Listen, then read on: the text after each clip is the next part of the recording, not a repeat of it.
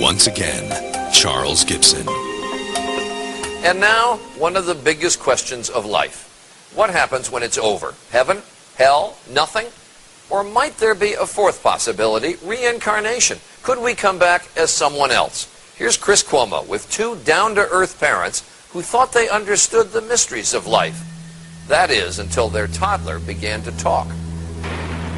On March 3rd, 1945, a 21-year-old Navy fighter pilot on a mission over the Pacific was shot down by Japanese artillery.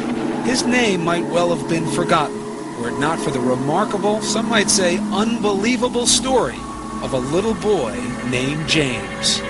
Okay, this is really tough. I need somebody to help me. All right, I'm the volunteer. What do you want me to do? Okay, just go climb this thing and you have to hold me in case I fall. Done. James Leiniger is all boy, 6 years old and full of spirit. This is a special plane. It goes in reverse. You don't see a lot of that. James knows a lot about planes, especially war planes. What kind of airplane is that? It's a Corsair. His parents, Andrea and Bruce Leiniger, say from an early age James would play with nothing else. He was obsessed with airplanes. If you look around the house, that's all you'll see. Airplanes, helicopters, aircraft carriers. But then, when he was 2, the planes James loved suddenly began to give him frequent and frightening nightmares. I'd wake him up and he'd be screaming and he'd always be laying on his back, kicking his feet up at the ceiling. And I'd say, "Baby, what were you dreaming about?" He'd say, "Airplane crash on fire, little man can't get out." They sound like typical kiddie nightmares, but Andrea says they went on the same way for months. Maybe too much TV. But James was just 2, and his parents say only watching Barney and Teletubbies. Teletubbies! And Andrea and Bruce say they weren't watching World War II documentaries or conversing about military history. This is an F-18? No, that one. So what explains the nightmares and James's strange obsession with airplanes? I talked to my mom about it a lot of times. My mom had said maybe he's remembering a past life. What did you say? Politely, baloney. Andrea and Bruce of Lafayette, Louisiana are a highly educated, modern couple. To them, the possibility that their little son James was manifesting signs of a former life was, well, a little out there. You know, having a past life is not the initial conclusion that you come to. You try and figure out any other way he could have.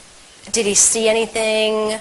Has there been anything on television, anything that we've discussed? But as time went by, Andrea didn't know what to believe. Here's James at age 3, going over a plane as if he's doing a pre-flight check. He would continue to say and do things that were puzzling, like the time his mom bought him a toy airplane. And I said, "Oh, look, there's a bomb on the bottom of it." He said, "That's not a bomb, Mama, that's a drop tank." A drop tank? I'd never heard of a drop tank. I didn't know what a drop tank was. Andrea's mother suggested she look into the work of counselor and therapist Carol Bowman. Bowman has written 2 books, both supporting the proposition that sometimes the dead can be reborn. We are taught from a very early age in this culture, in the Judeo-Christian culture, that reincarnation doesn't exist. Once you observe this in a child, and the evidence is very compelling, you have to open up to another explanation for what is going on. Bruce was deeply skeptical. He said there has to be a logical explanation. I don't believe in past lives. I don't believe in this stuff. But with the violent nightmares recurring 3 and 4 times a week, the Leinigers felt they had to do something. So with guidance from Bowman, they cautiously began to encourage James to share his memories. They say the result was startling.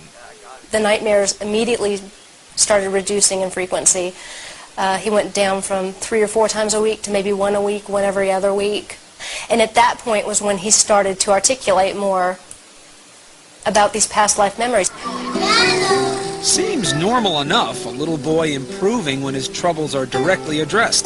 But Bowman says this is more, that James was forthcoming because this is the age when former lives are most easily recalled. They haven't had the cultural conditioning, the layering over of experience in this life, so that the memories can percolate up more easily.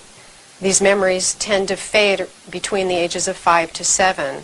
His parents say between the ages of 2 and 4, James would reveal extraordinary details about the life of a former fighter pilot, mostly at bedtime, when he was drowsy.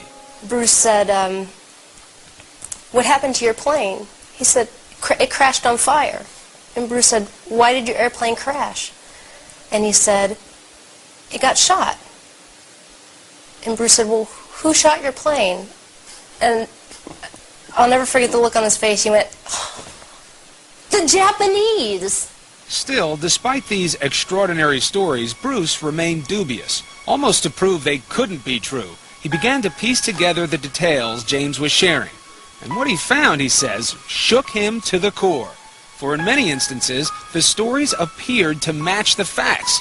James seemed to be recalling real events, real people, in the life of a man who'd been dead for almost 60 years.